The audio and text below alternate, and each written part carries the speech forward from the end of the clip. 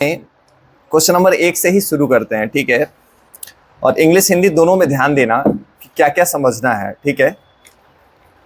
थोड़ा सा ये पहला क्वेश्चन ये है कि निम्नलिखित कथनों पर विचार कीजिए, ठीक है। केंद्र सरकार द्वारा भारतीय रिजर्व बैंक के गवर्नर की नियुक्ति की जाती है। क्वेश्चन क्या है कि केंद्र सरकार के द्वारा भारतीय रिजर्व बैंक के गवर्नर की नियुक्ति की जाती है। मतलब यहाँ पे ये कह रहे हैं कि जो सेंट्रल गवर्नमेंट होती है यानी केंद्र सरकार होती है। अब देखो, अगर सरकार का अंग है, अगर ये केंद्र, अब देखो इसको कैसे सही करेंगे। मान जाओ कि सेंट्रल बैंक क्या होगा, सरकार का अंग होगा, और अगर सरकार का अंग होगा तो इसका जो गवर्नर होगा उसका कोई एग्जाम तो होता नहीं है, और एग्जाम नहीं होता है, चुनाव नहीं होता है, तो क्या होगी, नियुक्ति होगी। ना एग्जाम होगा ना चुनाव होगा, तो क्या होगा, नियुक्ति होगी। और किसके द्वारा की जाएगी, तो केंद्र सरकार के द्वारा ही की जाएगी। अब ये कहता है कि प्रधानमंत्री करता है, तब तो मामला फंस जाता, लेकिन ये कह रहा है कि केंद्र सरकार नियुक्ति करता है, तो क्या हो जाएगा, ये ऑप्शन जनरली सही हो जाएगा, ठीक है। आगे देखिए, भारतीय संविधान के कतिपय प्रावधान। अब जितना लोग थोड़ा बहुत भी संविधान पढ़े होंगे वो कहीं भी आरबीआई को संविधान में नहीं पढ़े होंगे। आपने क्या पढ़ा होगा कि आरबीआई जो है वो आरबीआई एक्ट 1934 आरबीआई एक्ट के अधीन जो है आरबीआई की स्थापना की गई, ठीक है। कि आरबीआई एक्ट जो है 1934 के अंतर्गत जो है वो आरबीआई की स्थापना की गई है। तो अगर, अच्छा, दूसरी बात हमने एक बता रखा है कि अगर कहीं पे भी ऐसा टर्म्स आ जाए, भारतीय संविधान के प्रावधान, ऐसा शब्द कहीं भी आ जाए अकॉर्डिंग टू इंडियन कॉन्स्टिट्यूशन, तो ये कभी सही नहीं होता है, ठीक है। ये ध्यान रखिएगा कि जैसे ही आ जाए कि भारतीय संविधान के प्रावधानों के अनुसार हुआ है तो इसको आप क्या करेंगे, हमेशा गलत कट करेंगे, ठीक है। तो पहला अगर सही है और दूसरा अगर गलत है, तो देखो अब ऑप्शंस को कैसे बाहर किया जाता है कि 2 यहां है तो ये बाहर हो जाएगा, 2 यहां है तो ये बाहर हो जाएगा, ठीक है। इसके बाद अगर ऑप्शंस पे आते हैं, ठीक है, तो जहां 2 होगा वो बाहर हो जाएगा, ठीक है। इसी तरीके से 2 यहां है तो ये भी बाहर हो जाएगा, तो फिर एक सिंगल ऑप्शन क्या बचा है, सी। कि सी ऑप्शन हमारा क्या हो जाएगा, सही हो जाएगा, ठीक है। अब इसको देखो, अगर हम इंग्लिश में देखते हैं तो लिखे हुए हैं the governor of the reserve bank of India is appointed by the central government, ठीक है। एकदम जनरलाइज स्टेटमेंट है। मतलब अगर यूपीएससी का टोन कुछ ऐसा आता है कि कोई गवर्नर जो अपॉइंट किया जाता है, कुछ ऐसी नियुक्ति होती है, तो स्टेटमेंट क्या हो जाएगा, सही हो जाएगा।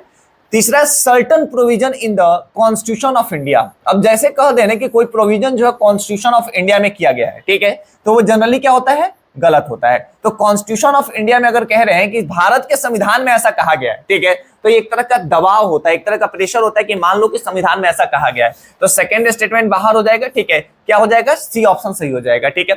तो ये होता है कि मतलब बेसिक तरीके से तुम सोच के कर पा रहे हो। सेकंड क्वेश्चन है, अब देखो सेकंड क्वेश्चन को कैसे बहुत स्मार्टली कर सकते हैं, ठीक है। मतलब अगर आपको बहुत बेसिक नॉलेज है, बहुत कुछ नॉलेज नहीं है, लेकिन फिर भी सेकंड क्वेश्चन को सही करना है, ठीक है, तो लॉजिकली कैसे इसको सही कर सकते हो दूसरे क्वेश्चन को, ठीक है।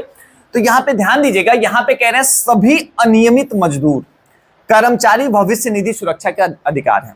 मतलब कि यहां पे जो सभी अनियमित मजदूर हैं वो जो है वो अब अनियत मजदूर, मतलब सभी अनियत मजदूर, ठीक है, किसके, तो कर्मचारी जो है वो भविष्य निधि सुरक्षा के हकदार हैं। इसको आप इंग्लिश में पढ़ोगे और आसान हो जाएगा, ठीक है। उसके बाद कह रहे हैं सभी अनियमित मजदूर नियमित कार्य समय पर ही भुगतान के अधिकारी। अभी तो सही है भाई, रोज काम मनरेगा को इसीलिए लाया गया ना। अब ये कितनी जनरलाइज बात है, लेकिन 1 और 2 दोनों सही नहीं हो सकता है, नहीं हो सकता है ना, क्योंकि यहां कह रहा है कि भविष्य निधि के अधिकार है और यहां कह रहा है नियमित कार्य समय और समय पर भुगतान के अधिकार है। मतलब 1 और 2 दोनों जो है वो अलग अलग बातों को कहने की कोशिश कर रहा है। कह रहा है कि नहीं कह रहा है कि 1 और 2 दोनों का टोन अगर आप देखोगे तो दोनों के टोन में क्या है, सिमिलरिटीज नहीं है, दोनों अलग अलग बातों को कहने की कोशिश कर रहा है। तो 1 और 2 ऐसे स्टेटमेंट में 1 और 2 सही नहीं हो सकते हैं, ठीक है। अच्छा, थोड़ा सा इसको सोचेंगे भी, 1 2 यहां है तो इसको बाहर कर दो, 1 2 यहां साथ में है तो इसको बाहर कर दो। अब इन दोनों में सोचो कि ज्यादा सही कौन सा होगा, क्योंकि तीसरे को पढ़ने की जरूरत ही खत्म हो जाती है, क्योंकि दोनों जगहों पे क्या है, 3 स्टेटमेंट सही है, तो तीसरे को हमें पढ़ने की जरूरत नहीं है। ऐसे देखेंगे कि क्या सही हो सकता है, बट जनरली तीसरे को पढ़ने की जरूरत खत्म हो जाती है, ठीक है। अब यह है कि सभी अनियत मजदूर कर्मचारी भविष्य निधि सुरक्षा के अधिकार है, ठीक है। अब इसको हम इंग्लिश में पढ़ें तो इंग्लिश में ये इसका टोन क्या होगा, तो इंग्लिश में इसका टोन है all casual workers are entitled for employ provident fund. अब देखो सबको कैसे जो है आप जो है कैजुअल वर्कर्स को कैसे भविष्य निधि दे सकते हो। अगर मान जाओ अब कोई मजदूरी कर रहा हो और उसको कह दो कि तुमको भविष्य निधि की सुरक्षा हम दे रहे हैं, तो ये तो संभव नहीं है ना, ठीक है, क्योंकि गवर्नमेंट लोगों को ही दिया जा सकता है जो सरकार के अधीन काम कर रहे होंगे। अगर मान के चलो अगर 40 करोड़ लोग जो है अनियत हैं और उनको अगर भविष्य निधि दे दिया जाएगा तो फिर उससे क्या होगा, सरकार के ऊपर बोझ बहुत ज्यादा आ जाएगा, ठीक है। तो ये तो सही नहीं हो सकता। लेकिन all casual workers are entitled for regular working hours and overtime payment. ठीक है भाई, अगर जो है अगर अनियत मजदूर हैं तो कम से कम उनको रोज काम दे दो और उनको उनका जो पैसा बनता है वो पैसा दे दो। तो कितना जनरलाइज स्टेटमेंट है ये कि काम भी दे दो और क्या करो, पैसा भी दे दो। ठीक है, तो ये स्टेटमेंट इन दोनों में अगर हम तुलना करें तो जनरलाइज स्टेटमेंट कौन सा है, तो सेकंड स्टेटमेंट है। दूसरा स्टेटमेंट क्या है, बहुत जनरलाइज स्टेटमेंट है और इसलिए जनरलाइज होने की वजह से इसके सही होने की संभावनाएं ज्यादा होती है कि ये सही हो जाएगा। ठीक है, इसलिए हम सेकंड ऑप्शंस को सही करेंगे और फर्स्ट ऑप्शंस को गलत करेंगे। जैसे ही सेकंड को सही करते हैं और फर्स्ट को गलत करते हैं तो फिर ऑप्शंस क्या सही हो जाएगा, बी। इस जो बी ऑप्शन है वो सही हो जाता है। समझ में आ रही है बात? ठीक है, मतलब थोड़ा सा ना अपना दिमाग क्वेश्चन सॉल्व करने की तरफ लेके जाओगे। क्वेश्चंस को सॉल्व कैसे करते हैं, पढ़ के बहुत जाओगे, चीजें याद नहीं रह पाएंगे। ठीक है, अब आते हैं हम क्वेश्चन नंबर 3 के समय देखते हैं कि क्वेश्चन नंबर 3 क्या कह रहा है। आर्थिक मंदी के समय निम्नलिखित में से कौन सा कदम उठाए जाने की सर्वाधिक संभावना है। अब आर्थिक मंदी मतलब समझ रहे हो, रिसेशन आ चुका है, मंदी है, और अगर मंदी है तो फिर क्या स्टेप सबसे सही होगा। मंदी मतलब, अब मंदी का मतलब क्या होगा कि लोगों के पास खरीदने का पैसा नहीं है। मंदी का मतलब ये हो गया कि लोगों के पास खरीदने का पैसा नहीं है, लोगों की परचेजिंग पावर नहीं है। ऐसे समय में सरकार को क्या करना चाहिए, तो लोगों को पैसा देना चाहिए कि जाओ सामान खरीदो। मंदी को दूर भगाने का क्या तरीका है कि पैसा दीजिए, और पैसा दीजिए ताकि जो है लोग जाके परचेजिंग करें, सामानों को खरीदे। ठीक है, तो अगर लोगों की परचेजिंग पावर बढ़ानी है तो सरकार के पास क्या रास्ते होंगे, सरकार के पास ये रास्ते होंगे कि सरकार लोगों को फंड उपलब्ध कराए, लोगों को सरकार पैसा उपलब्ध कराए। ठीक है, अब यहां पे क्या करेगा, करों की दरों में कटौती के साथ साथ ब्याज दर बढ़ा दे। अब ब्याज दर बढ़ाएगा तो लोगों के लिए लोन लेना तो महंगा हो जाएगा ना, तो ये जनरलाइज क्या हो गया, गलत हो गया कि नहीं हो गया। ठीक है, गलत हो गया। इसी तरीके से सार्वजनिक परियोजनाओं में व्यय में वृद्धि करे, जैसे रोड बनवाए, समझ रहे हो, पुल बनवाए तो सार्वजनिक परियोजनाओं के व्यय में, हॉस्पिटल्स बनाए तो लोगों को क्या मिलेगा, रोजगार मिलेगा। लोगों को जब रोजगार मिलेगा तो लोगों को काम मिलेगा, मार्केट में पैसा आएगा। जब मार्केट में पैसा आएगा तो लोगों को रोजगार मिलेगा, लोग उस पैसे से को बाजार में खर्च करने जाएंगे, और जैसे ही खर्च करने जाएंगे तो मंदी से निकलने का रास्ता मिलेगा। मतलब जब भी मंदी होती है तो सरकार को यह जरूरत होती है कि वो क्या करे, ज्यादा से ज्यादा पैसा मार्केट में खर्च करे, जिससे कि मंदी से निकलने का एक सही रास्ता निकले। तो सही ऑप्शन यहाँ पे ये हो सकता है, लेकिन हो सकता है कि इसके आगे भी इससे सही ऑप्शन हो जाए, हो सकता है कि इसके आगे भी सही हमको ऑप्शन मिल जाए। तो आगे देखते हैं, कर की दरों में वृद्धि करना, टैक्स बढ़ाओगे सामान और महंगा हो जाएगा, और सामान और महंगा हो जाएगा तो कौन खरीदेगा। ठीक है, तो ये भी गलत हो जाएगा। ठीक है, सार्वजनिक परियोजनाओं पर व्यय में कमी करना, पैसा नहीं खर्च करोगे तो लोगों के पास और बेरोजगारी आ जाएगी, तो लोग और नहीं खरीद पाएंगे। समझ में आ रही है बात? तो ये जनरली ऐसे स्टेटमेंट को पढ़ के जो है वो सही किया जा सकता है, मतलब जो हमने डाउट में रखा था वो सही हो सकता है। समझ में आ रही है? मतलब अगर आपके पास थोड़ा नॉलेज कम है, पढ़े हो, माइंड थोड़ा सा एनालिटिकल है, एनालिसिस कर पाता है, मतलब चैट जीपीटी नहीं हो, अगर आप एक सीरियस मतलब सोचने वाले हो कि सोच सकते हो, ओवर थिंकर नहीं हो। ओवर थिंकिंग एक्सेप्ट नहीं होता है, ओवर थिंकिंग नहीं होनी चाहिए, बेसिक थिंकिंग आपके अंदर होनी चाहिए। ओवर थिंकिंग में जाओगे तब तो डूब जाओगे। बेसिक सोचना है, ठीक है, और थोड़ा सा लॉजिकल सोचना है कि क्वेश्चंस के एस्पेक्ट में ज्यादा लॉजिकल आंसर कौन सा हो सकता है, ज्यादा लॉजिक किसके साथ हो सकता है, और उसको जो है हमको क्या करना है, सही करना है। ठीक है, अब देखो इसके पहले जो है ना वो हम तुम लोग को थोड़ा सा ट्रिक से कराते थे कि चलो ये 1 मिनट में सेकंड में आंसर, 30 सेकंड में आंसर कैसे निकलेगा। अब कोशिश करें कि ट्रिक तो रहे ही रहे, साथ में थोड़ा सा लॉजिक आपके अंदर डेवलप हो, कि क्वेश्चंस को पढ़ो, थोड़ा सा समझने की कोशिश करो, क्योंकि यूपीएससी ने भी क्या किया, ट्रिक पकड़ लिया। यूपीएससी ने भी ट्रिक पकड़ लिया, तो अब वो घुमा देते हैं क्वेश्चंस में। तो जब तुम लॉजिक के साथ ट्रिक लगाओगे ना तो फिर वो घूमने वाला मामला बंद हो जाएगा। फिर ये लगे अब लॉजिक थोड़ी खत्म कर लेंगे। देखो किसी बच्चे का ट्रिक खत्म कर सकते हो, व्यवस्था याद करने की चीजें खत्म कर सकते हो, लॉजिक थोड़ी खत्म कर लोगे तो दिमाग की उपज होती है। ठीक है, तो लॉजिकल थोड़ा सा हो जाओ क्वेश्चंस के साथ। ठीक है, आगे चलते हैं।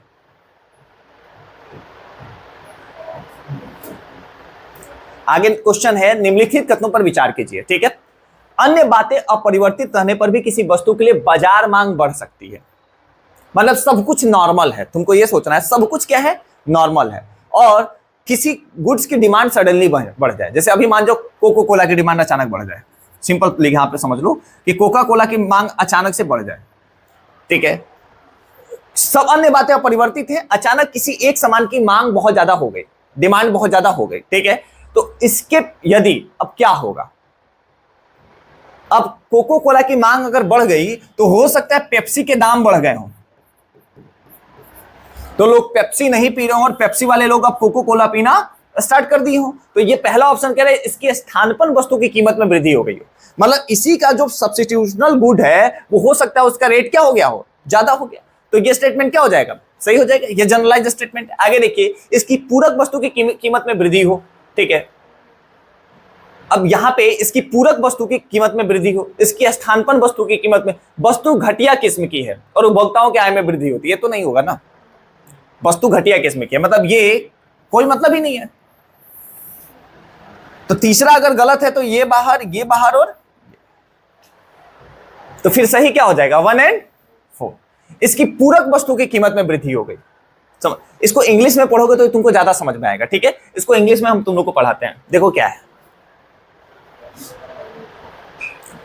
other things remaining unchanged, market demand for a good might increase if price of its substitute increase।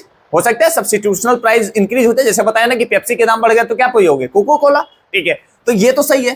Price of इस कंप्लीमेंट इंक्रीज, ऐसा कंप्लीमेंट अगर इंक्रीज हो जाएगा तो फिर तो दाम बढ़ाने पड़ेंगे ना। कंप्लीमेंट्री अगर इंक्रीज हो जाएगा तो दाम बढ़ाने पड़ेंगे, मतलब यहां तो फिर सेकंड क्या हो जाएगा, गलत हो जाएगा, सेकंड गलत हो जाएगा, ठीक है। अगर दूसरा गलत है तो देखो इसको और इसको बाहर, देखो काटते चलना बहुत अच्छी आदत होती है, काटते चलो चीजों को, ठीक है। यह the good is an inferior good and income of the consumer increase. अब ठीक है, मतलब जो गुड है वो इंफीरियर है, तो फिर उसकी मांग कैसे ज्यादा हो जाएगी, डिमांड कैसे ज्यादा हो जाएगी मार्केट में, कोई चांस ही नहीं है, ठीक है। तो ये तीसरा गलत है, यानी ये भी बचा था वो भी काट दिए। चौथे पढ़ने के, इट्स प्राइस फॉल्स, हो सकता है कि दाम बढ़ जाए, कम हो जाए तो भी उसकी डिमांड ज्यादा हो जाएगी, ठीक है। तो अब चौथे को पकड़ लो, अगर चौथा भी सही है तो देखो चौथा सही है और पहला सही है, यानी ये 1 और 4 होना चाहिए। तो यहाँ 1 और 4 है, वहां 1 और 4 है, तो आपको 3 को पढ़ने की जरूरत थी, ठीक है। मतलब हर स्टेटमेंट को पढ़ना है और कम टाइम में पढ़ना है, मतलब बहुत ज्यादा टाइम नहीं लेना है किसी स्टेटमेंट को पढ़ने के लिए, ठीक है। आगे चले, भारत में शहरी सहकारी बैंकों के संदर्भ में निम्नलिखित पर विचार कीजिए। अर्बन कोऑपरेटिव बैंक्स, ये आपसे पूछ रहे हैं कि भारत में जो अर्बन कोऑपरेटिव बैंक्स हैं उनके बारे में आपको विचार करना है, कि अर्बन कोऑपरेटिव बैंक्स के बारे में विचार करिए, ठीक है। अब ये कह रहे हैं, ध्यान रखिएगा, अर्बन कोऑपरेटिव बैंक राज्य सरकारों द्वारा स्थापित किए जाते हैं और स्थानीय मंडलों द्वारा उनका पर्यवेक्षण और विनियमन किया जाता है। मतलब ये कह रहे हैं कि राज्य सरकारें द्वारा स्थापित होती हैं, जबकि नाम ही है कोऑपरेटिव बैंक। तो कोऑपरेटिव बैंक की स्थापना क्या होगी, आपसी कोऑपरेशन से हो रही होगी, कोऑपरेशन से हो रही होगी, ठीक है। तो पहली बात तो अच्छा ये कहते हैं ना, जहां पे ये कहते हैं ना कि इसकी स्थापना ये करते हैं, तो जहां पे आ जाता है ना स्थापना, ये स्थापना जो शब्द है ना ये बहुत खतरनाक शब्द है, ध्यान रखना। ये जहां आता है वहां डाउट में एक बार पढ़ लेना, कि डाउट में हो जाना कि जहां स्थापना जैसे शब्द आ रहे हो वहां थोड़ा सा डाउट आ जाते हैं, ठीक है। स्थापना जैसे शब्द डाउटेबल शब्द होते हैं, ठीक है। वे इक्विटी शेयर और अधिमान शेयर जारी कर सकते हैं, मतलब ये कह रहे हैं कि इक्विटी शेयर और अधिमान शेयर, मतलब ये इक्विटी शेयर दे सकते हैं, ठीक है। ठीक है भाई, अगर बैंक है तो क्या कर सकते हैं, तो शेयर जारी कर सकते हैं, शेयर जारी करने में कोई दिक्कत नहीं है, ठीक है। तो ये तो बेसिक स्टेटमेंट है। अगर पहला गलत है तो ये बाहर हो जाएगा, ये बाहर हो जाएगा और ये बाहर हो जाएगा, आंसर तक तो हम आ जाएंगे। बट तीसरा पढ़िए, इन्हें वर्ष 1966 में एक संशोधन के द्वारा बैंक कार्य विनियम अधिनियम 1949 के कार्यक्षेत्र में लाया गया था। अब ये रेड फ्लैग है। अब तुमको चूज करना है कि तुम 1 और 3 में किसको सही कह रहे हो, और 1, 2 और 3 का ऑप्शंस भी है।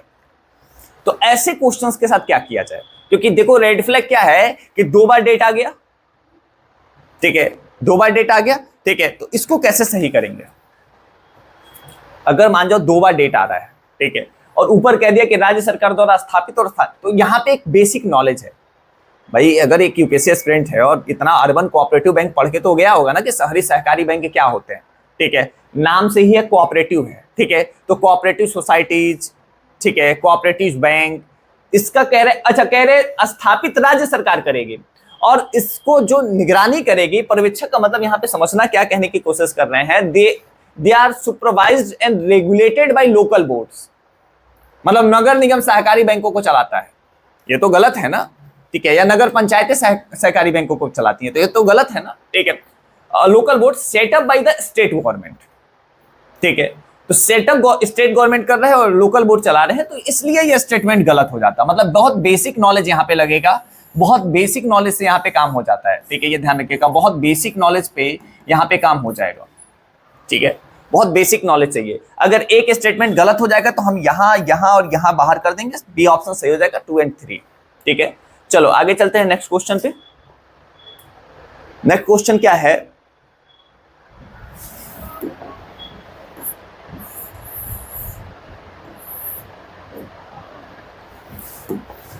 नेक्स्ट क्वेश्चन क्या है? तो नेक्स्ट क्वेश्चन है, भारतीय सरकारी बॉन्ड प्रतिफल निम्नलिखित में से किससे प्रभावित होता है? भारतीय सरकारी बॉन्ड प्रतिफल निम्नलिखित में से किससे प्रभावित होता है? इंग्लिश में कह रहे हैं Indian government bond yield are influenced by which of the following. किससे प्रभावित होता है? ठीक है, तो भारतीय सरकारी बॉन्ड प्रतिफल निम्नलिखित में से किससे प्रभावित होता है, क्वेश्चन ये है। ठीक है, अब यहां पे बेसिक सोचना बहुत ज्यादा नहीं है, ओवर थिंकिंग से बचना है, इंग्लिश में इस प्रश्न को पढ़ना है। यहां पे क्वेश्चन ये है कि इंडियन गवर्नमेंट बॉन्ड यील्ड्स, मतलब भारत सरकार की जो बॉन्ड है वो किसके द्वारा प्रभावित होगा, मतलब भारत सरकार जो बॉन्ड इशू करेगी वो बॉन्ड किसके द्वारा प्रभावित होगा, या उस बॉन्ड का जो आउटपुट होगा वो किससे प्रभावित होगा। ठीक है, तो ये आपको पढ़ना है। Action of the United state federal reserve bank, बिल्कुल सही बात है कि अगर फेडरल रिजर्व बैंक कुछ इशू करता है या कोई वो लेता है, एक्शन लेता है, तो उसका इफेक्ट हमारे यहाँ के बॉन्ड पे पड़ेगा कि नहीं पड़ेगा? बॉन्ड पे पड़ेगा। ठीक है, सेकंड ऑप्शन है action of the reserve bank of India, ठीक है, वो उसका भी असर पड़ेगा। Inflation and short term interest rate, ठीक है, इन्फ्लेशन का भी हमारे बॉन्डों पे क्या होता है, इफेक्ट होता है। तो फिर यहाँ पे जनरलाइज क्या हो जाएगा, तीनों ऑप्शन सही हो जाएंगे। देखो जहां पे पूछे ना इफेक्ट क्या होता है, जहां पे आपसे पूछे कि इफेक्ट क्या होगा, ठीक है, तो इफेक्ट में सामान्यतः सभी तरह के प्रभाव दिखाई देते हैं, मतलब जनरलाइज क्या होता है, ऑल टाइप ऑफ इफेक्ट दिखाई देते हैं। तो अगर आपसे पूछ रहे हैं इफेक्ट के बारे में, तो इफेक्ट में जनरलाइज सारे इफेक्ट जो है वो दिखाई दे रहे होते हैं। ठीक है, अगर वो इफेक्ट के बारे में आपसे बात करें तो सामान्यतः सभी तरह के इफेक्ट या प्रभाव जो है वो दिखाई दे रहे होते हैं। ठीक है, तो एक जनरल दिमाग में बैठाइएगा कि इफेक्ट में सामान्यतः पड़ने वाले सभी इफेक्ट सही होते हैं। ठीक है, अब वहां पे कोई एक्सट्रीम ना हो, कोई ऐसा ना हो कि जो है वो डिस्ट्रैक्ट कर रहा हो। ठीक है, तो यहाँ पे क्वेश्चन ये है कि भारतीय सरकारी बॉन्ड प्रतिफल, मतलब जो बॉन्ड है, गवर्नमेंट बॉन्ड है, यील्ड है, वो किससे प्रभावित होगा। अब सरकार अपना बॉन्ड जारी करती है, तो बॉन्ड जारी करके क्या करती है, बिल और बॉन्ड जारी करती है, तो लंबे समय से लोन लेने के लिए जारी करती है। अब सिंपल समझो, बॉन्ड जारी करती है तो बॉन्ड से क्या करती है, लॉन्ग टर्म लोन लेती है, लंबे समय के लिए लोन लेती है। ठीक है, आरबीआई के थ्रू जारी करती है। तो अगर फेडरल रिजर्व बैंक कोई चेंजेस कर देता है तो उसका प्रभाव हमारी मुद्रा पे भी होगा कि नहीं होगा, होगा। ठीक है, तो अब ये पहली बात दूरदर्शी सोच की थी कि आप इतना दूर तक सोच पा रहे हैं कि नहीं सोच पा रहे हैं। ठीक है, दूसरी बात थी भारतीय रिजर्व बैंक की कार्यवाही। अरे repo rate, reverse repo rate, bank rate, SLR, CRR, इसमें अगर कोई चेंज करता है तो भी हो जाएगा। ठीक है, तीसरा है मुद्रास्फीति और अल्पावधि ब्याज दर, अगर इन्फ्लेशन होगा तो भी बॉन्ड पे इफेक्ट होगा कि नहीं होगा। ठीक है, तो जनरली क्या देखेंगे कि यहाँ पे तीनों प्रभाव हमको दिखाई दे रहे हैं। ठीक है, समझ में आ रहा है ना जी? समझ में आना चाहिए, जैसे इस बार खाली तुक्का नहीं लगाना है, थोड़ा सा ना बहुत एनालिटिकल होके जाना है एक एक ऑप्शंस के साथ। अगला क्वेश्चन है, निम्नलिखित कथनों पर विचार कीजिए। विदेशी मुद्रा संपरिवर्तनीय बॉन्ड कुछ शर्तों के साथ विदेशी संस्थागत निवेश, वैश्विक निक्षेपागार डिपॉजिटरी प्राप्तियां और अनिवासी विदेशी जमा, किन्हें विदेशी प्रत्यक्ष निवेश मतलब एफडीआई का पार्ट माना जाएगा। किसको एफडीआई कहते हैं? ठीक है, या एफडीआई का पार्ट कौन सा होगा, ध्यान रखिएगा। FDI consider the following: foreign currency convertible bond, foreign institutional investment with certain conditions, global depository receipts, non resident external deposit. ठीक है, अब ये कह रहे हैं कि कौन जो है, अब देखो 1 2 3 4 का ऑप्शन नहीं है, 1 2 3 4 का ऑप्शन नहीं है। अगर 1 2 3 4 का ऑप्शन नहीं है तो चारों तो सही नहीं है। पहले तो दिमाग में ये बैठा लेना है कि गलत कुछ ना कुछ तो है, चारों तो सही नहीं है। अब ये पूछने की कोशिश कर रहे हैं कि एफडीआई कौन सा है। एफडीआई मतलब फॉरेन इन्वेस्टमेंट कौन सा है, जो इन्वेस्ट हो रहा है। इन्वेस्ट का मतलब जो पैसा लगाया जा रहा है, इन्वेस्ट किया जा रहा है, तो वो कौन सा है। ठीक है, मतलब इन्वेस्टमेंट कौन सा है। एफडीआई कहने का मतलब ये होता है कि बच्चों ये इन्वेस्टमेंट कौन सा है। अब इन्वेस्टमेंट शब्द अगर तुम पकड़ रहे हो तो डिपॉजिट कब इन्वेस्टमेंट हो गया, नॉन रेसिडेंस एक्सटर्नल डिपॉजिट्स, जमाएं इन्वेस्टमेंट होती हैं क्या, नहीं होती हैं। तो अगर तुम नॉन रेसिडेंस एक्सटर्नल डिपॉजिट, मान लो किसी अमेरिका का आदमी हमारे यहाँ के आईसीआईसीआई में खाता खोल के पैसा रख दिया, तो हमारा एफडीआई थोड़ी है, नहीं है ना। ठीक है, तो अगर चौथे ऑप्शंस को बाहर करोगे तो तुम्हारा ये बाहर हो गया और ये बाहर हो गया। अब थोड़ा सा स्मार्टली पढ़ो, फॉरेन करेंसी कन्वर्टेबल बॉन्ड्स, अब बॉन्ड्स में पैसा अगर आ रहा है तो इसका मतलब वो कहां आ रहा है, इन्वेस्टमेंट में आ रहा है। अच्छा, अगर पहला सही होगा तो तीसरा सही होने का ऑप्शन जो है वो बाहर हो गया, अगर पहला सही हो गया। अच्छा, दूसरा फॉरेन इंस्टीट्यूशनल इन्वेस्टमेंट अब आ गया भाई, कुछ शर्तों के साथ विदेशी निवेश अगर हमारे यहाँ रहे तो एफडीआई ही तो है ना, वो है कि नहीं है, यानी कि दूसरा सही होगा। और अगर ऐसा होगा तो ए ऑप्शन क्या हो जाएगा, सही हो जाएगा। अगर ऐसा होगा तो ए ऑप्शन सही हो जाएगा, मतलब ए ऑप्शन को सही करने में किसी तरह की कोई दिक्कत नहीं है। ठीक है, चलो आगे चलते हैं। अगला क्वेश्चन है question number 8। Consider the following statement.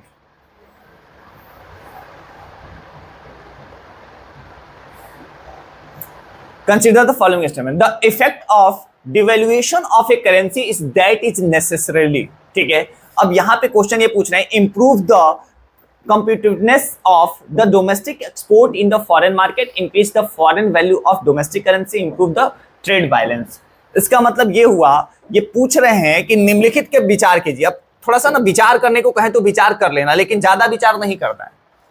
विचार करना है मतलब ज्यादा विचार नहीं करना है। ओवर थिंकिंग जो है वो डुबा देती है, ओवर थिंकिंग क्या करती है, डुबा देती है। ठीक है, तो ओवर थिंकिंग नहीं करना है, ठीक है, ज्यादा नहीं सोचना है किसी भी चीज के बारे में, बहुत जनरलाइज सोचने की सोच रखो। ठीक है, कि बहुत जनरल सोचना है, बहुत सामान्य चीजों को सोचना है। ठीक है, जैसे किसी मुद्रा के अवमूल्यन का प्रभाव यह है कि अनिवार्य रूप से मान जाओ हमने क्या किया, मुद्रा का अवमूल्यन मतलब हमने 100 रुपए की वैल्यू को हमने 80 रुपया कर दिया। सिंपल सोचो कि हमारे पास 100 रुपया था और हमने मान लिया 80 रुपया है, तो हमने मान लिया कि हमने अपनी मुद्रा का अवमूल्यन कर दिया है। अरे हमारे जेब में 100 रुपया था, हमने मान लिया हमारे पास 80 रुपया हो गया, तो हमने मुद्रा का अवमूल्यन 100 कर दिया। अब 100 रुपया था तो कंडीशन, और 80 रुपया मान लिया तो कंडीशन। ठीक है, विदेशी बाजारों में घरेलू निर्यातों की प्रतिस्पर्धात्मकता को बढ़ाता है। मतलब मान जाओ कि अगर हमने मान लिया कि हमारे पास 80 रुपया है, पहले हमारे पास 100 रुपया था, ठीक है, या हम सिंपल मान ले कि हम ये मान ले ये हमारा पेन जो है वो 100 रुपए का था, अब हम इसको कह दिए ये 80 रुपए का हो गया, 80 रुपए का हो गया। तो विदेशी बाजारों में घरेलू निर्यातों की प्रतिस्पर्धात्मकता को बढ़ाता है। क्या इससे हमारा कंपटीशन बढ़ेगा? क्या इससे हमारा कंपटीशन बढ़ेगा? बिल्कुल बढ़ेगा। हमारा सामान लोग अब ज्यादा खरीदने आएंगे, हमारा सामान जब लोग ज्यादा खरीदने आएंगे तो फिर मार्केट में कंपटीशन बढ़ाएगा। तो सही बात है भाई, कोई दिक्कत नहीं है, सही है। ठीक है, देखो नॉट 1 2 3 सिंगल स्टेटमेंट आंसर होता है, बट विथ लॉजिक आंसर कैसे निकलेगा। मतलब पहले तो ऐसे लगवा देते थे कि सिंगल स्टेटमेंट आंसर हो जाएगा, लेकिन अब लॉजिक के साथ कैसे निकलेगा। ठीक है, पहला सही, घरेलू मुद्रा के विदेशी मूल्य को बढ़ाता है, ऐसा तो कुछ नहीं होता। अरे हमने मान लिया 80 रुपया है तो घरेलू मुद्रा के विदेश, तो 80 रुपया बराबर, अब हमने मान लिया कि हमारे पास 100 रुपया था, हम पहले ही मान लिया 80 रुपया है, तो अब इसका मतलब ये थोड़ी है कि डॉलर को हम ज्यादा मान लेंगे, ऐसा नहीं होगा ना। ठीक है, तो अब दूसरा स्टेटमेंट क्या हो जाएगा, गलत हो जाएगा। ठीक है, अब देखिए व्यापार संतुलन में सुधार लाता है। कहां से व्यापार संतुलन में सुधार आएगा? व्यापार संतुलन क्या होगा, घाटे की तरफ चला जाएगा। सस्ता बेचोगे तो घाटा हो जाएगा, होगा कि नहीं होगा? तो व्यापार संतुलन में क्या हो जाएगा, घाटा हो जाएगा। ठीक है, तो स्टेटमेंट कौन सा हो जाएगा सही, केवल एक। समझ में आ रहा है? सोच लोगे तो आंसर हो जाएगा। अच्छा, बेसिक अगर यही नहीं पता है कि अवमूल्यन क्या होता है, ठीक है, कि डिवैल्यूएशन क्या होता है, ठीक है, एफडीआई क्या होता है, एफआईआई क्या होता है, एफपीआई क्या होता है, तो बच जाओ एग्जाम देने, कोई मतलब थोड़ी है। तब थोड़ी निकलेगा, कितनों तुक्का सीख लोगे, कितनों ट्रिक सीख लोगे। बेसिक नहीं पता है तो एग्जाम नहीं होगा, बेसिक पता है तो एग्जाम हो जाएगा। एग्जाम प्रीलिम्स क्रैक करने के लिए सिर्फ बेसिक पता होना चाहिए। और जितना पेपर अगले 20 दिन में लगवाएंगे, 20-25 दिन में, 1 महीना आज से एग्जाम है, 15 अप्रैल तक छुट्टी हो जाएगी, 10 मई तक, 10 मई तक छोड़ देंगे, जाके घर प्रैक्टिस करना। ठीक है, और उतना लगा लिए तो फिर काम हो जाएगा। ठीक है, चलो आगे चलते हैं।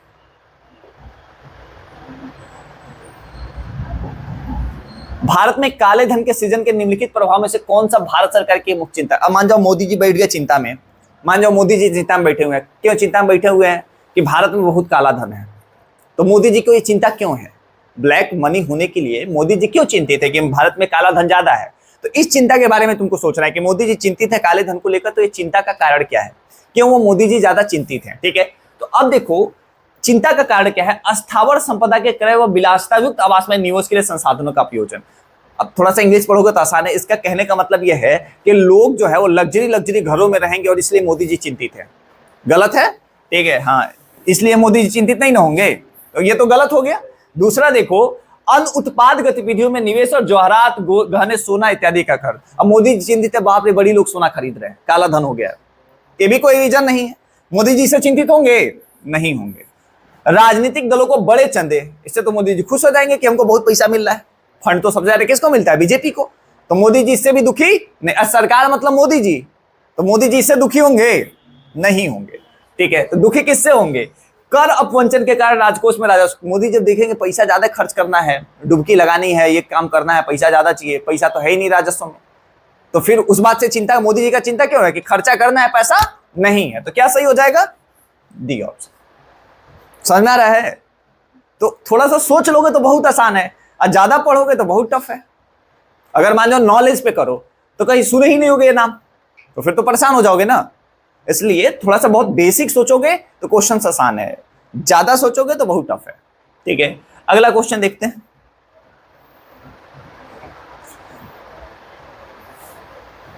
अब ये पूछ रहे हैं कौन सा अपने प्रभाव में सर्वाधिक मुद्रास्फीति कारक हो सकता है। समझ लो, मतलब ज्यादा इन्फ्लेशन किस कारण से हो सकता है। इन्फ्लेशन जानते हो ना? हाँ, इन्फ्लेशन जानते हो ना क्या होता है कि नहीं जानते हो? इन्फ्लेशन अगर जानते हो तो ठीक है, इन्फ्लेशन नहीं जानते हो तब तो फिर कबाड़ हो गया। इन्फ्लेशन जानते हो क्या होता है? जब लोगों के पास ज्यादा पैसा आता है और लोग ज्यादा मार्केट में खरीदने जाते हैं तो मुद्रास्फीति होती है। सिंपल, लोगों के पास पैसा ज्यादा आएगा तो लोग बाजार में ज्यादा खरीदेंगे, पैसा का ज्यादा होना ही मुद्रास्फीति होता है। मतलब तुम्हारे पास ज्यादा पैसा आएगा तो क्या होगा? इन्फ्लेशन हो जाएगा। तो पैसा ज्यादा होना ही मुद्रास्फीति होता है। अगर इतनी बात आपको पता है तो देखो पैसा इसमें ज्यादा कहां हो रहा है, और जहां पैसा ज्यादा होगा वहीं सही आंसर हो जाएगा। पैसा ज्यादा कहां हो रहा है ये देखना है, और जहां पैसा ज्यादा होगा वहीं सही आंसर होगा। ठीक है, तो सार्वजनिक ऋण की चुकौती। अरे पैसा किसी का कर्ज खाए हो दे दोगे तो इसे इन्फ्लेशन थोड़ी आएगा। वो आदमी पैसा तो अपना ही दिया था ना, तो पैसा दे देने से इन्फ्लेशन होता है क्या? नहीं होता। ऋण दे देने से इन्फ्लेशन थोड़ी होता है, तो ये काट दो। अरे तुमने बैंक से पैसा लिया था, बैंक को पैसा दे दिया, तो पैसा तो वही है ना, तो इससे इन्फ्लेशन का क्या असर पड़ा? नहीं पड़ा। अच्छा, पूछ रहे सर्वाधिक कारण कौन सा है। मान लो थोड़ा बहुत असर पड़ भी गया तो ज्यादा असर तो नहीं पड़ेगा ना।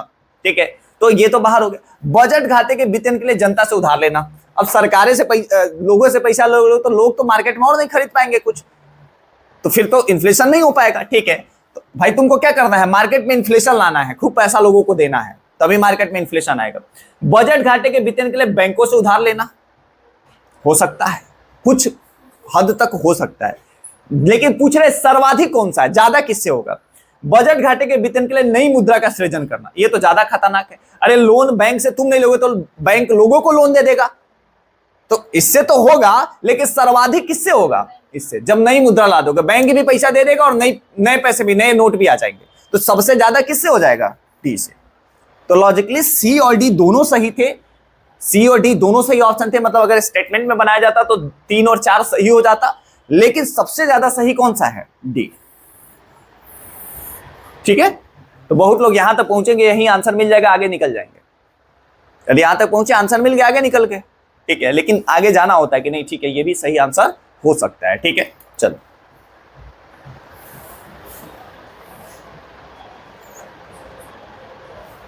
नीरज, समझ में आ रहा है क्या? आ रहा है, चलो तब ठीक है। हाँ ठीक है, अच्छा है, अच्छा तब ठीक है। तुम लोग को इंग्लिश में दिक्कत नहीं ना है? समझा तो दोनों में रहे। हाँ हाँ हाँ, बोल सकते हो, तो पूछो ना, बताओ क्या डाउट है। क्वेश्चन नंबर 4 पे डाउट हो गया है, यही होगा क्वेश्चन नंबर 4, बताओ।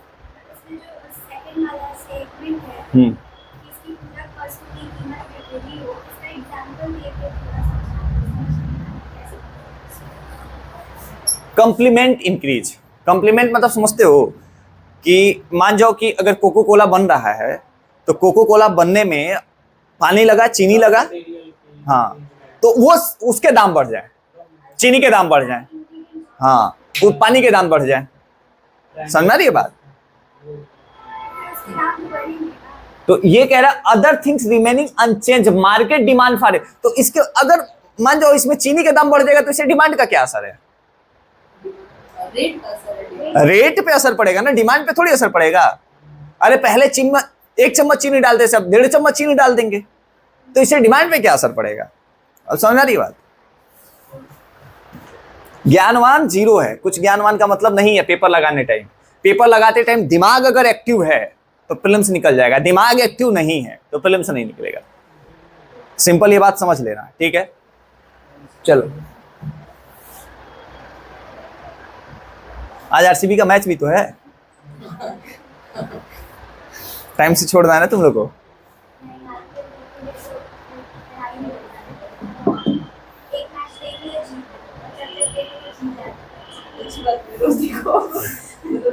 नहीं, पढ़ाई ज्यादा जरूरी है। निम्नलिखित में से किससे किसी अर्थव्यवस्था में मुद्रा गुणक में वृद्धि होती है? मुद्रा गुणक मतलब समझते हो? मुद्रा पैसा रुपया में नहीं बढ़ रहा है, 10 रुपया 20 रुपया ऐसे नहीं हो रहा है, 10 दहा में 100 दहा में 1000 दहा में 10,000 1 लाख ऐसे बढ़ रहा है पैसा। तो ये कब बढ़ेगा? मुद्रा गुणक में बढ़ रहा है, गुणे के फॉर्म में बढ़ रहा है, तो ये कब बढ़ेगा? तो अब देखो, अब रट के बैठे लोगों की आदत, बैंकिंग आदत में वृद्धि, ऑप्शन पढ़ो ना कि और भी कुछ हो सकता है कि नहीं हो सकता है, ठीक है? तो बैंकों में आरक्षित नकदी निगत अनुपात में वृद्धि, मतलब सीआरआर बढ़ा दो, तो इससे पैसा कैसे बढ़ेगा? कोई मतलब नहीं है। एसएलआर बढ़ा दो, कोई मतलब नहीं है।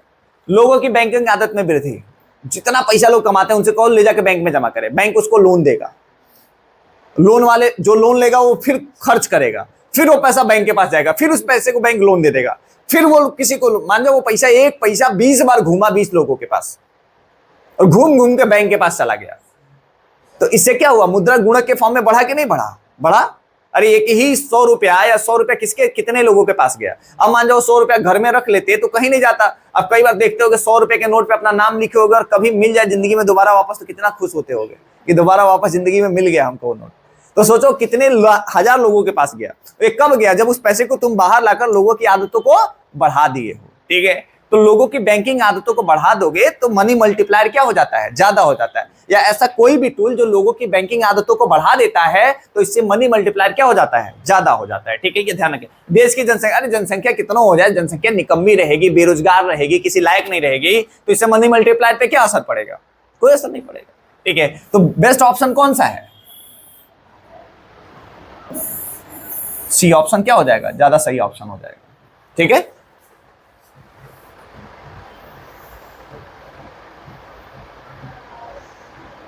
अब देखो, पहले ट्रिक लगवाते 5/3 का रूल लग जाता, जहां 5 स्टेटमेंट होते हैं वहां 3 सही हो जाते हैं, ये ट्रिक लग जाता। तो तुम लोग बिना कुछ सोचे क्या करते? इन दोनों को बाहर करते, इन दोनों में कोई एक आंसर टिप देते। करते कि नहीं करते? इन दोनों में कोई एक आंसर है ऐसा कर देते। बट इस बार सोचना है, इस बार सोचना है। अगर 3 ही होगा तो क्यों होगा ये सोचना है, ठीक है? भारतीय अर्थव्यवस्था के संदर्भ में मांग प्रेरित मुद्रास्फीति है, डिमांड पुल इन्फ्लेशन। मतलब इकोनॉमी में डिमांड पुल इन्फ्लेशन, डिमांड मतलब डिमांड ने धक्का दिया, मतलब डिमांड के वजह से इन्फ्लेशन आ रहा है, ठीक है? तो डिमांड के वजह से इन्फ्लेशन होता है तो किस कारण से होगा? डिमांड पुल इन्फ्लेशन मतलब मांग बहुत ज्यादा हो गई। तो मांग किस वजह से बहुत ज्यादा हो गई? विस्तारकारी नीतियां। अरे हो सकता है सरकार ने पैसे को ज्यादा मार्केट में फ्लो कर दिया हो, तो पहला ऑप्शन सही हो जाएगा, ठीक है? पहला ऑप्शन क्या हो जाएगा? सही हो जाएगा। फिर राजकोषीय प्रोत्साहन, हो सकता है कि आपने क्या किया, फिस्कल या बहुत ज्यादा जो है पैसा जो है वो लोगों को सब्सिडी या अन्य फॉर्मों में दे दिया, तो ये भी सही हो जाएगा, ठीक है? मुद्रास्फीति सूचकांक, मजदूरी, इन्फ्लेशन इंडेजिंग वेजेस, कोई मतलब नहीं है। अरे इन्फ्लेशन होने के बाद वेज देते हो ना, सैलरी कब देते हो? जब इन्फ्लेशन हो जाता है। तो इसका कोई मतलब, अरे जिस अनुपात में महंगाई बढ़ी उसी अनुपात में तनख्वाह बढ़ा दिए, तो इससे डिमांड पे क्या असर पड़ेगा? कुछ नहीं, क्योंकि महंगाई के अनुपात में बढ़ाए हो ना आप सैलरी। तो पहले ये पेन 100 रुपए का था तो 100 रुपए सैलरी देते थे, अब 110 रुपए का हो गया और अब 110 रुपए सैलरी दे दिया, तो डिमांड पे क्या असर पड़ेगा? कोई असर नहीं पड़ेगा। खरीद ही नहीं पाएगा आदमी, दूसरा कुछ खरीद पाएगा क्या? तो तीसरा ऑप्शन क्या हो जाएगा? अगर ओवर थिंक कर लिए तो ये सही कर दोगे, अगर ओवर थिंकिंग की तरफ गए तो तीसरा सही कर दोगे, बेसिक सोचे तो सही नहीं होगा, ठीक है? चौथा देखो, उच्च क्रय शक्ति, ठीक है? अगर मान जाओ आपकी परचेजिंग पावर ज्यादा हो जाएगी तो इससे भी इन्फ्लेशन होगा कि नहीं होगा? ज्यादा हो जाएगा। इसका मतलब परचेजिंग पावर का ज्यादा होना भी इन्फ्लेशन के क्या हो जाता है? कारण हो जाता है। बढ़ती ब्याज दर, अरे ब्याज दर बढ़ेगा तो इन्फ्लेशन क्या हो जाएगा? आप खरीदने की क्षमता क्या हो जाएगी? कम हो जाएगी। तो पांचवा क्या हो जाएगा? गलत हो जाएगा। तो पांचवा भी काट देते तो काम तो हो जाता, लेकिन लॉजिकली सोचना इसलिए पूरे को पढ़ना पड़ा, तो 1 2 4 सही ऑप्शन हो जाएगा। ठीक है। अब मान लो इसी तरह दिमाग अगर एग्जाम में काम कर दिया तो प्रीलिम्स हो जाएगा। आसान है, अगर इस तरह दिमाग वहां काम कर दे तो प्रीलिम्स बहुत आसान है। लेकिन इस तरह काम कराने के लिए बहुत प्रैक्टिस करनी पड़ेगी। ये एक पेपर हुआ ना 20-25 बार लगाना पड़ेगा। टोन तक पता है कि कैसे लिखता है यूपीएससी, क्या लिखता है यूपीएससी, वो टोन तक तुम्हारे दिमाग में फिटेड है। समझ में आ रहा है?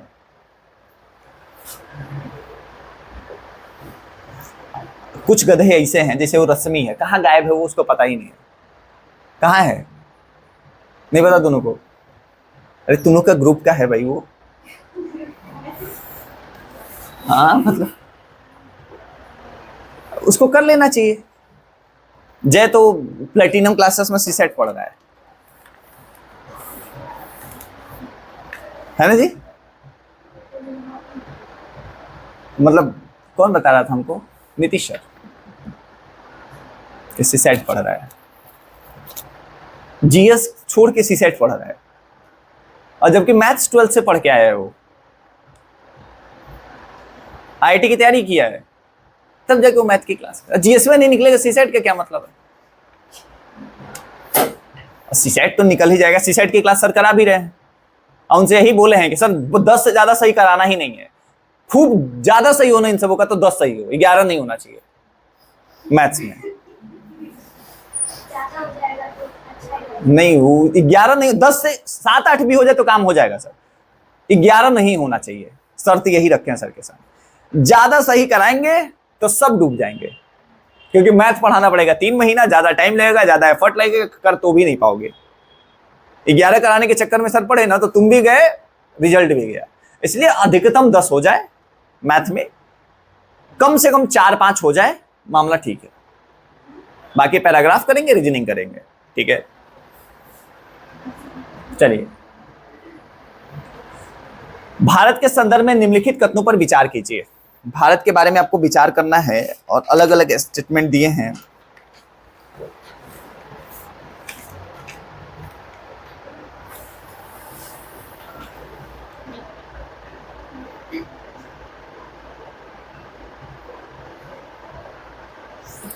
चलो देखो, भारत के संदर्भ में निम्नलिखित कथनों पर विचार कीजिए। खुदरा निवेशक डीमैट खातों के माध्यम से प्राथमिक बाजार में राजकोष के विलय, ट्रेजरी बिल और भारत सरकार के रेड बांड में निवेश कर सकते हैं, ठीक है।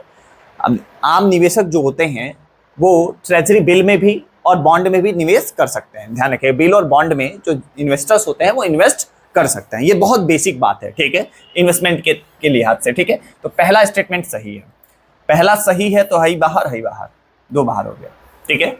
दूसरा पढ़ लो, बातचीत से तय लेन देन प्रणाली ऑर्डर मिलान, मतलब negotiated dealing system order matching. मतलब कोई तुमने क्या किया, कोई मतलब मान लो कुछ खरीदारी तय हुई तो वहां नेगोशिएशन हुआ होगा और उसके बाद बातचीत हुई होगी और उसके बाद वो डील डन हुआ होगा कि नहीं होगा। कुछ खरीदने गए तो नेगोशिएशन हुआ, बातचीत हुई, फिर वो डील क्या हो गया, डन हो गया। तो भारतीय रिजर्व बैंक का सरकारी प्रतिभूति व्यापारिक मंच है, ठीक है भाई। अगर भारतीय रिजर्व बैंक है और वो प्रतिभूतियों को बेच रहा है तो नेगोशिएशन करता होगा कि नहीं करता होगा? करता होगा ना, कि 1 लाख का बांड है तो 99,000 में क्यों, 98,000 में लो, 95,000 में लो। नेगोशिएशन बॉडी बनाई गई होगी, नहीं बनाई गई होगी। तो कह रहा है कि भारतीय रिजर्व बैंक का सरकारी प्रतिभूति व्यापारिक मंच है, तो प्रतिभूति जो बेचेगा नेगोशिएशन करेगा कि नहीं करेगा? करेगा। तो इसका मतलब दूसरा स्टेटमेंट क्या है, सही। अगर दूसरा स्टेटमेंट सही है तो 1 और 2 सही हो जाएगा। सेंट्रल डिपॉजिटरी सर्विसेज लिमिटेड का भारतीय रिजर्व बैंक और बंबई स्टॉक एक्सचेंज द्वारा संयुक्त रूप से, मतलब तब एनएससी का है छोड़ दोगे, नेशनल स्टॉक एक्सचेंज नहीं करेगा, वो कहेगा हमारे साथ तुम दुर्व्यवहार कर रहे हो। अगर रिजर्व बैंक करेगा इतना बात तो समझ में आ रहा है, बट कहेगा नेशनल स्टॉक बॉम्बे वाला है, हम कहां गए इसमें, हमारे साथ किस बात का दुर्व्यवहार। तो तीसरा स्टेटमेंट क्या हो जाएगा, गलत। तो सही क्या हो जाएगा, 1 और 2, ठीक है। वाटर क्रेडिट के बारे में निम्नलिखित कथनों पर विचार कीजिए। वाटर क्रेडिट के बारे में विचार करना है कि वाटर क्रेडिट सिस्टम क्या होता है, ठीक है। वाटर क्रेडिट के बारे में निम्नलिखित तत्वों पर विचार कीजिए। यह जल एवं स्वच्छता कार्य के लिए सूक्ष्म वित्त साधनों को लागू करता है। अब देखो, वाटर क्रेडिट मतलब पानी का क्रेडिट हो रहा है, तो इसके बारे में सोचना है कि वाटर क्रेडिट हो रहा है, पानी का क्रेडिट हो रहा है, तो इसके बारे में आपको विचार करना है कि वाटर क्रेडिट के बारे में आपको सोचना है, ठीक है। यह जल एवं स्वच्छता क्षेत्र में कार्य के लिए सूक्ष्म वित्त साधनों का क्या करता है, जो है वो लागू करता है। कितना अच्छी बात है, कितना पॉजिटिव स्टेटमेंट है कि यह जल एवं स्वच्छता में कार्य के लिए। वाटर क्रेडिट सिस्टम है और कह रहा है कि जल की स्वच्छता के काम के लिए जो है वो सूक्ष्म वित्त साधनों, मतलब कोशिश करता है कि जो माइक्रो फाइनेंस टूल्स हैं उसको लागू किया जाए। कोई दिक्कत इसमें? बहुत पॉजिटिव है, बहुत जनरलाइज है, मतलब देख के टोन से लग रहा है कि बहुत अच्छी बात इसमें हो रही है कुछ। ठीक है, दूसरा देखो, यह एक वैश्विक पहल है, मतलब ये विश्व का पहल है पहली बार, जिसे विश्व स्वास्थ्य संगठन, विश्व बैंक, इन दोनों ने एक छाता लिया था और उस छाते के नीचे खड़े होकर डिसाइड किया था कि अब हमको विश्व में जो है वो स्वच्छता, जल, इन सब पे काम करना है। ऐसा कुछ है क्या? वाटर क्रेडिट, ये हो सकता है कि ये टर्म्स किसी रेफरेंस में प्रयोग किया गया होगा। अच्छा, जहां पे भी आता है कि इन दोनों ने मिलके पहल शुरू किया है तो कभी वो सही नहीं होता है पहल। ठीक है, तो दूसरा स्टेटमेंट बेसिकली क्या है? गलत है। हाँ, अरे मतलब हम ये कह रहे हैं कि कहने की कोशिश ये कह रहा है कि एक छाता लग गया था, उसके नीचे विश्व बैंक भी बैठ गया था और जो है वो वर्ल्ड हेल्थ ऑर्गेनाइजेशन WHO बैठ गया था और दोनों ने कहा देखो हम लोग ये काम करेंगे, वाटर क्रेडिट योजना चलाएंगे। अरे नाम है क्रेडिट, नाम क्या है? क्रेडिट, और कह रहे हैं तत्वाधान में योजना चलाएंगे, तो कोई रिलेशन ही नहीं है क्वेश्चन से। ठीक है, तीसरा देखिए, इसका उद्देश्य निर्धन व्यक्तियों को सहायकी के बिना अपनी जल संबंधी आवश्यकताओं को पूरा करने के लिए समर्थ बनाना। कितनी अच्छी बात है कि मतलब पॉजिटिव टोन्स है ना, कि गरीब लोग जो है उनको सब्सिडी नहीं देनी पड़े और लोग अपने पानी पीने की व्यवस्थाओं में खुद एबल हो जाएं, इसलिए वाटर क्रेडिट सिस्टम को लागू किया जाना है। कितनी अच्छी सुंदर सी बात है ये। ठीक है, तो 1 और 3 में क्या है? ज्यादा अच्छा रिलेशन है, तो 1 और 3 कहां है? ये। ठीक है,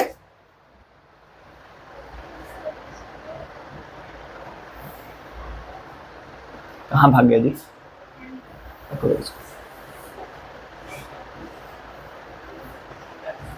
चलो आगे। भारत में अंतिम उधारकर्ता, लेंडर ऑफ लॉस्ट रिजॉर्ट के रूप में केंद्रीय बैंक के कार्य समानता। अब देखो ये तुमको ना बहला फुसला रहा है, पूछ रहा है आरबीआई के काम बताओ क्या है। सिंपल, बस सिंपल क्या पूछ रहा है कि आरबीआई के काम बता दो कि आरबीआई का क्या काम है। ये इतना लेंडर ऑफ लॉस्ट रिजॉर्ट, ये इतना बवाल का है बतिया रहा है, इतना बवाल है ना ये सब। तो सीधे पूछा है आरबीआई के काम बता दो आप कि आरबीआई का क्या काम है। ठीक है, हम चाह रहे हैं ना तुम लोग के दिमाग पे असर ज्यादा ना पड़े, मतलब बहुत चिल्ड माइंड से सोच पाओ क्वेश्चन को कि हाँ आसान क्वेश्चन है। ठीक है, यहाँ आपसे पूछने की कोशिश हो रही है कि आरबीआई के काम बताइए कि आरबीआई के क्या काम हो सकते हैं। ठीक है, अन्य स्रोतों से ऋण प्राप्ति में विफल होने पर व्यापार और उद्योग निकायों को ऋण प्रदान करना। मतलब अगर श्रीराम आयुष को कल कहीं से लोन नहीं मिलेगा तो हम आरबीआई के पास जाएंगे कि भैया कुछ लोन दे दो और आरबीआई हमको लोन देगा। सिंपल, देगा क्या? नहीं देगा ना, तो बाहर करो ना, तो ये बाहर हो गया। चलो ठीक है, आगे देखो। अस्थायी संकट के समय बैंकों के लिए लोन देना। ठीक है, बैंकों का बैंक है तो बैंकों को लोन देगा ही देगा। ठीक है, चलो ठीक है, ये सही है। तीसरा देखो, बजटीय घातों के वेतन के लिए सरकारों को लोन देना। ठीक है, सरकार को भी लोन देगा, बैंकों को भी लोन देगा, हमको लोन नहीं देगा। तो 2 और 3 क्या हो जाएगा? तो सी ऑप्शन क्या हो जाएगा? सही हो जाएगा। लेकिन बजट के लिए लोन देता है क्या? नहीं देता है, ये गड़बड़ हो गया। नहीं, बजट के लिए लोन नहीं देता है, ये ध्यान रखना, बजट के लिए लोन नहीं। बजटीय घाटे के वित्तीयन के लिए, मतलब सरकार को घाटा हो गया तो कहेगा लोन लेके घाटा पूरा कर लो। बजटीय घाटे के लिए वित्तीयन के लिए लोन देना, ऐसा नहीं करता है। ठीक है, सर मतलब एक कहेगा तुम्हारा घाटा तो लोन हम क्यों दे। हाँ, पहले ये होता था, अब नहीं होता। ये पढ़ाए हुए तुम लोगों के क्लास में जब फिजिकल पॉलिसी पढ़ा रहे थे, फिजिकल पॉलिसी में ये बताए हुए आप लोग। काट दीजिए, थर्ड स्टेटमेंट नहीं होगा सही।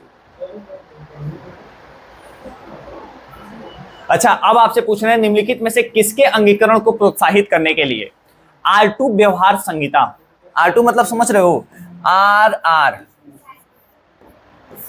RR संहिता जो है, या R2 कोड ऑफ प्रैक्टिसेस साधन उपलब्ध कराती है। R2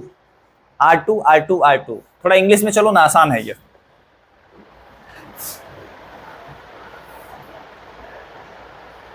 R2 code of practices constitute a tools R2 environmentally responsible practices in electronic recycle. अब यहाँ पे रिसाइकलिंग और रिस्पॉन्सिबल, एक आर यहाँ आ गया और एक आर यहाँ आ गया। अरे रिस्पॉन्सिबल, दांत में दर्द हो रहेगा जी, है ना अमरीश?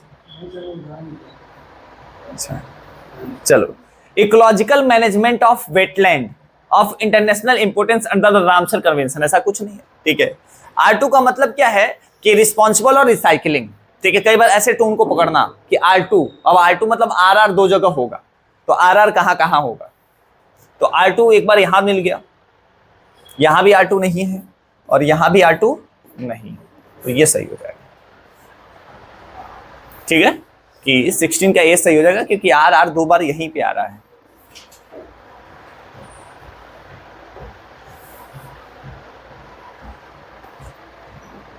आ जाओ क्वेश्चन नंबर 17 देखते हैं।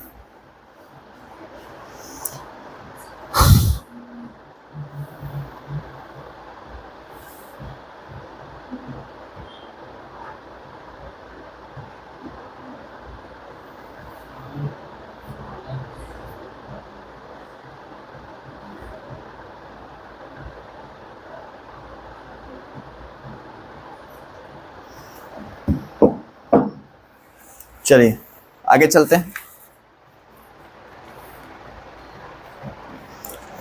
पूछ रहे हैं ताम्र प्रगलन संयंत्रों के बारे में, मतलब तांबे को पिघलाने वाला जो यंत्र है उसके बारे में विचार करिए, उसके बारे में मतलब चिंता क्यों है। वे पर्यावरण में कार्बन मोनोऑक्साइड को घातक मात्राओं में निर्मित कर सकते हैं। घातक मतलब समझते हो, तुरंत मर जाओगे, परमाणु बम है, कहते ना घातक हथियार है, 1 सेकंड में मार देगा। घातक का मतलब यही हुआ ना, तो पर्यावरण में कार्बन मोनोऑक्साइड को घातक मात्राओं में निर्मित कर सकते हैं। ऐसा होता तो फिर चिंता थोड़ी करते, बंद करते। ऐसा होता कि कार्बन मोनोऑक्साइड बहुत ज्यादा मात्रा में आने लगेगी तो फिर तुरंत बंद करते, करते कि नहीं करते। तो ये तो स्टेटमेंट क्या हो जाएगा तुम्हारा, गलत। दूसरा सोचिए, ताम्रमल यानी कॉपर स्लैग पर्यावरण में कुछ भारी धातुओं की निष्कासन का कारण बन सकता है। कितने सुंदर बात है ये, कुछ नहीं सोचना है, हो सकता है, बन सकता है, ऐसा हो जाए। वे सल्फर डाइऑक्साइड को एक प्रदूषक के रूप में निर्मुक्त कर सकते हैं, ये भी सुंदर है। तो 2 और 3 क्या हो जाएगा, सुंदर सा आंसर हो जाएगा, ठीक है। चलो, भट्टी तेल, ये सब कहीं नहीं मिलता है, बता रहे, कितना भी पढ़ लोगे ना किताब उताब, ये सब क्वेश्चन दिखता ही नहीं है कहीं कि कहीं है भी, तो कहां से सही करोगे एग्जाम में अचानक से आएगा। तो ये सब क्वेश्चन किसी एग्जाम क्वेश्चन पेपर ऊपर कौन से पॉलिटी हिस्ट्री ज्योग्राफी में ये सब मिला है, जरा बताओ। पढ़े हो, अब पढ़े भी रहोगे भूल जाओगे, कितना पढ़ोगे भाई। दुनिया में कोई ऐसा आदमी नहीं है जो 3 साल पहले पढ़ा हो सब याद हो उसको, किसी को याद है इसमें? 3 महीने पहले वाला भूल चुका है, 3 दिन पहले वाला भूल चुका। अरे भाई, तो हम ही थोड़ी कह रहे हैं कि मिट गया है, हम ये कह रहे हैं कि हम ये कह रहे हैं भूल गया है, मतलब एग्जैक्ट चीजें नहीं याद रहती हैं, कुछ याद रहता है कुछ भूल जाता है। कि सॉफ्टवेयर थोड़ी फॉर्मेट हो गया है, ठीक है, मतलब उतना याद नहीं है। हाँ, नाम सुना है, ऐसा लगता है नाम सुना है, थोड़ा कुछ तो जानते ही है। चलो, सब याद रह जाए तो जितना आदमी पढ़ता है उतने में तो 5 एग्जाम निकल जाएगा। जितना पढ़ता है उतना याद रह जाए तो 5 एग्जाम निकल जाएगा एक ही बार में, इतना नंबर आएगा, 200 में 200, समझ में आ रहा है। चलो, भट्टी तेल, फर्नेस ऑयल के संदर्भ में निम्नलिखित कथनों पर विचार कीजिए। भट्टी तेल मतलब किसी भट्टी में तेल है, ये सोच लेना। मतलब भट्टी समझते हो ना, भट्टी नहीं पता? अरे कुछ नहीं, डिब्बा जानते हो, डिब्बा समझ लो, डिब्बे में तेल है, तुम उसी को मान लो, उस डिब्बे में आग लगाना है। मतलब वो डिब्बा ऐसा है कि उस पर खाना बनाया जा सकता है, भट्टी है वो। चाय बनाने वाली भट्टी देखी हो, कोयले पे जहां चाय बनता है। तंदूरी देखिए, तंदूर, हाँ तो तंदूर भी भट्टी होता है। तंदूर, शादी वादी में खाना खाने जाते हो, देखते हो ना, तंदूर में से रोटी निकाल के दे रहे हैं, तो तंदूर भी भट्टी होता है। हाँ, मतलब वैसा कुछ भी भट्टी ही होगा, ऐसा कुछ भी होगा तो भट्टी होगा, जिसमें से धुआं निकल रहा होगा, ठीक है। ऐसा कुछ भी होगा तो क्या होगा, भट्टी होगा, धुआं निकलेगा, ठीक है। चलो, यह तेल रिफाइनरी का एक उत्पाद है, ठीक है। अब देखो कितना जनरलाइज कर रहे हैं कि भट्ठी जो होता है ये तेल रिफाइनरी का एक उत्पाद हो सकता है। वहां हो सके तेल का रिफाइनरी हो रहा हो, ठीक है, धुआं निकल रहा है तो रिफाइनरी हो रहा होगा। दूसरा, कुछ उद्योग इसका उपयोग ऊर्जा उत्पादन के लिए कर सकते हैं, ये भी हो सकता है। इसके उपयोग से पर्यावरण में गंधक का उत्सर्जन होता है, ठीक है, गंधक आ सकती है, धुआं निकलेगा तो गंधक आ जाएगी। तो क्या हो जाएगा सही? 1 2 एंड, ठीक है। एक देखो अब है, आया ना 3 दिन, अब वो आएगा अगले साल प्रीलिम्स हो जाने के बाद। अब वो अगले साल आएगा। अब है जो है, अब आया ना, अब अगले साल आएगा। फिर वो सर फिर कहेगा सर इस बार तो करना है। फिर 3 दिन उसके अंदर मोटिवेशन आएगा। हमको 3 साल से आदत पड़ गई है उसके मोटिवेशन की, तो जैसे आता फेल होता है तो अगले से मैसेज कर सर इस बार तो। उसके बाद तो इतने सारे स्टेटस, और आजकल तो कभी भी हुआ है नया नया। अच्छी कविता भी कह रहे हैं, तो कविता भी खूब अच्छी करता है ना। पढ़ता वढ़ता नहीं है, बाकी सब करता है। ब्लू कार्बन क्या है? मतलब उसका तो हो जाता ना 50 नंबर पे, उसका प्रीलिम्स हो जाता। सीसेट खाली पास कर जैसी हो गया उसका प्रीलिम्स। ब्लू कार्बन क्या है? महासागरों और तटीय परिस्थितियों द्वारा प्रगृहित कार्बन, वन जैव मात्रा या कृषि मृदा में प्रच्छादित कार्बन, पेट्रोलियम प्राकृतिक गैस में अंतर्विष्ट कार्बन, वायुमंडल में विद्यमान कार्बन, हर जगह कार्बन। और ये पूछ रहे हैं ब्लू, ब्लू माने नीला, तो नीला कार्बन कौन सा है? नीला कौन सा है? समुद्र। नीला क्या है? तो नीला कार्बन कहां होगा? तो बस समुद्र कहां है? ए ऑप्शन में, तो उठा के लगा दो ये ऑप्शन में। नीला तो यही होगा ना, वन में तो हरा हो जाएगा ना भाई, वन में तो हरा कार्बन हो जाएगा ना, ग्रीन कार्बन हो जाएगा यहाँ पे जो कार्बन। हाँ, वायुमंडल में विद्यमान कार्बन, वायुमंडल में धुआं जाता है, काला कार्बन हो जाएगा, ब्लैक कार्बन। पेट्रोलियम प्राकृतिक तो और काला हो जाएगा।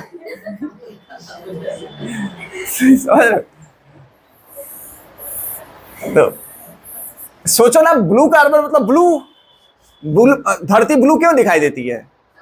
समुद्र की वजह से। तो ब्लू कार्बन कहां होगा? समुद्र में होगा।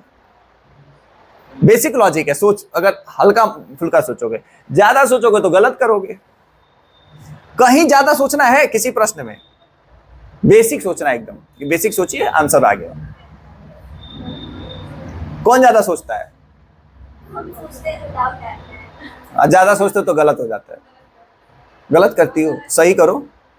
अगर गलत करती हो तो सही करो फिर, सोच करके। हाँ, तो दिमाग में पहले तो बाउंड्री लगाओ कि आज ज्यादा नहीं सोचना है। तो इसके लिए सबसे पहले जिंदगी में कम सोचना शुरू करो।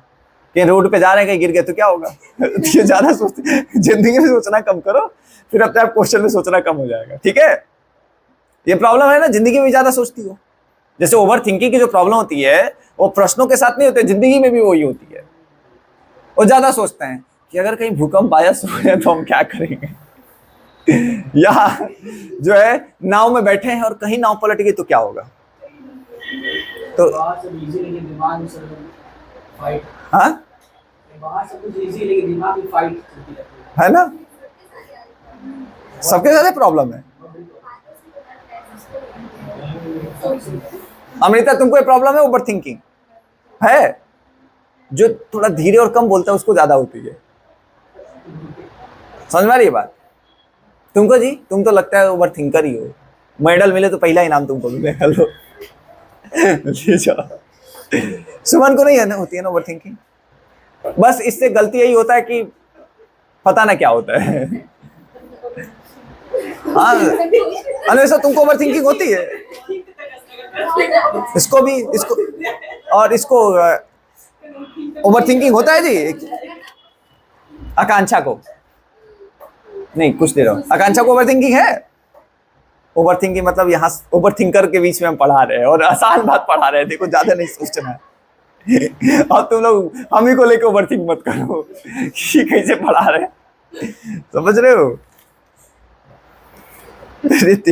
सब ओवर थिंकर बैठे। अंजू का है, वो ओवर थिंकर नहीं है, डाउट थिंकर है। वो ज्यादा नहीं सोचती है, गलत सोचती है, रॉन्ग थिंकर है वो। मतलब क्या जी, तुम क्या मुस्कुरा रहे हो? ओवर थिंकर तुम भी हो, थोड़ा बहुत हो। कहां तक सोचते हो? मतलब दिमाग को डिसाइड कर दो, इस बारे में ओवरथिंक करना है, इस बारे में नहीं करना।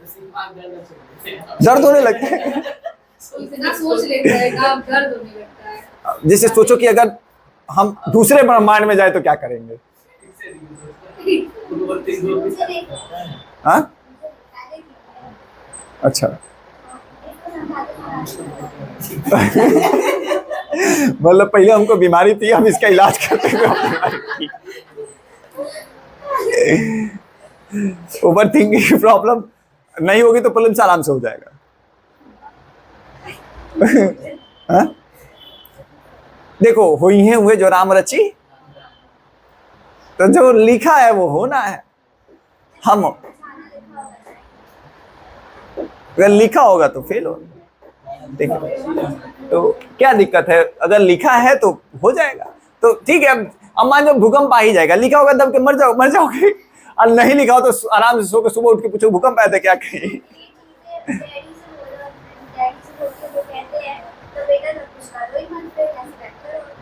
हाँ, देखो सही। तो कई तो बैठे बैठे भी तो सोचते हैं ना, तो करते हैं तो भी सोचता है बैठे, ठीक है। प्रकृति में निम्नलिखित में से किस जीव का कि अच्छा ये बताओ, होना होता अगर मान लो तुमको पता चल जाता आईएएस बन जाएंगे तो कहाँ यहाँ बैठते? अब पता होता नहीं बनेंगे तो भी नहीं बैठते, तो ओवर थिंकिंग यही खत्म हो गई। क्यों सोचना है? लिखा होगा तो बन जाएंगे, सोचने से थोड़ी बन जाओगे। सपने में तो रोज एक आध बार आईएएस बन जाते होगे तुम, कि बस इस बार बन जाने आईएएस फिर बताते हैं, है ना? सपने में एक आध बार तो 24 घंटे में बन ही जाते होगे, चलो आज आईएएस हैं। चलो, प्रकृति में निम्नलिखित में से किस जीव का या किन जीवों के मृदा विहीन सतह पर जीवित पाए जाने की सर्वाधिक संभावना है? मतलब तुम मान जो क्वेश्चन क्या, प्रकृति में निम्नलिखित किस जीव का मृदा विहीन, मतलब तुमको अगर मिट्टी पे नहीं रखना है, तुम मान जाओ जीव हो और तुमको मिट्टी पे मतलब मृदा विहीन हो, तुम मिट्टी पे पैदा ही नहीं हुए, तुम टाइल्स पे पैदा हुए हो, तो किस पे ज्यादा तुम्हारे मतलब होने की संभावना होगी? ठीक है, फन, लाइकेन, मांस और छत्रक। क्या हुआ? पहली बात तो मशरूम के लिए, अच्छा मशरूम के लिए लकड़ी मिट्टी, मशरूम के एक जनरल कंडीशन क्या है कि मिट्टी जो है वो होनी चाहिए, मिट्टी के तत्व जो है वो होने चाहिए, ठीक है, मृदा होनी चाहिए। इसका मतलब मशरूम चौथा यहां बाहर कर दो। लाइकेन तो कंफर्म है, और मास इनके बारे में पढ़ लेना, लाइकेन मास फर्न बार बार पूछते हैं, ये पढ़ लेना, फर्न लाइकेन मास ये बार बार पूछते हैं, ठीक। हाँ